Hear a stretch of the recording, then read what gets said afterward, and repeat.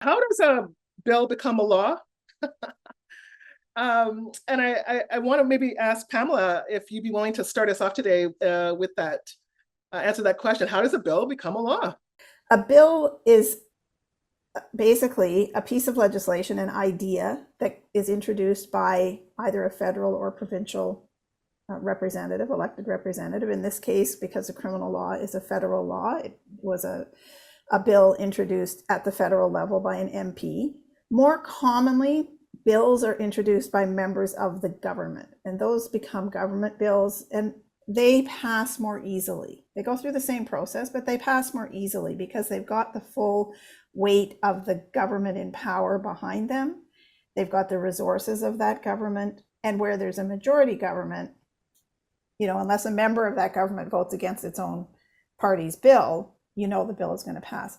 It's really uncommon for a bill like this one, introduced by a private member, meaning somebody who's not part of the governing party, in this case, the NDP. It's very uncommon for that kind of bill to pass. And so that's an interesting phenomenon on its own, and maybe we can get into why that happened a little bit later. But the process itself is fairly straightforward.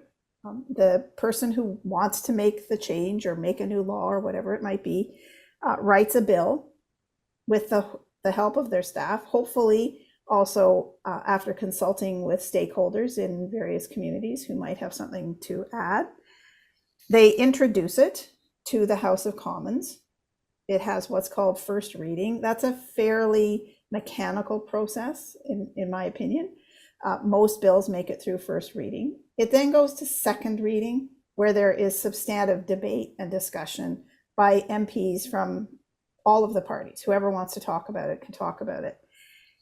And if there seems to be some interest in moving ahead with the bill, there will be a vote. The bill will then almost always be sent to committee. There's many standing committees. I'm not going to list them off.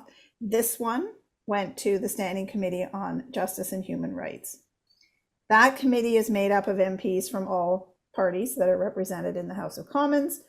They have their own discussions. They have their staff do research. They may, and they did in this case, hold hearings where they invite experts to appear as witnesses to speak to the bill.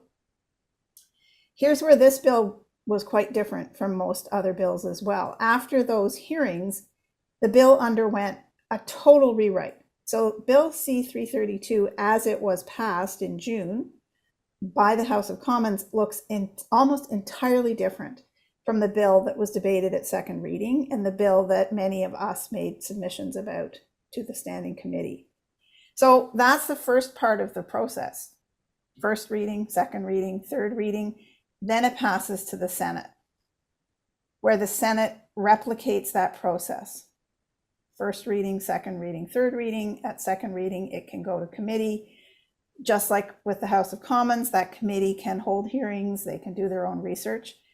One final comment about the process is that since the Senate was significantly changed when Justin Trudeau was elected Prime Minister for the first time, the Senate used to be kind of a rubber stamp, but it is now a very actively engaged group of people, often who push legislation in a more progressive way than the House of Commons did. So it's not the old dusty conservative, put up your hand, sure, that's fine group that it used to be.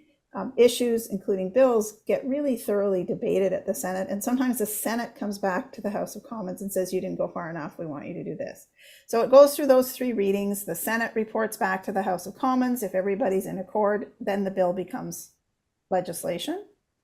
Or the Senate can report back to the House of Commons and say, we'll approve it, but you need to make these changes. The House of Commons debates that, and the changes either get made or they don't get made.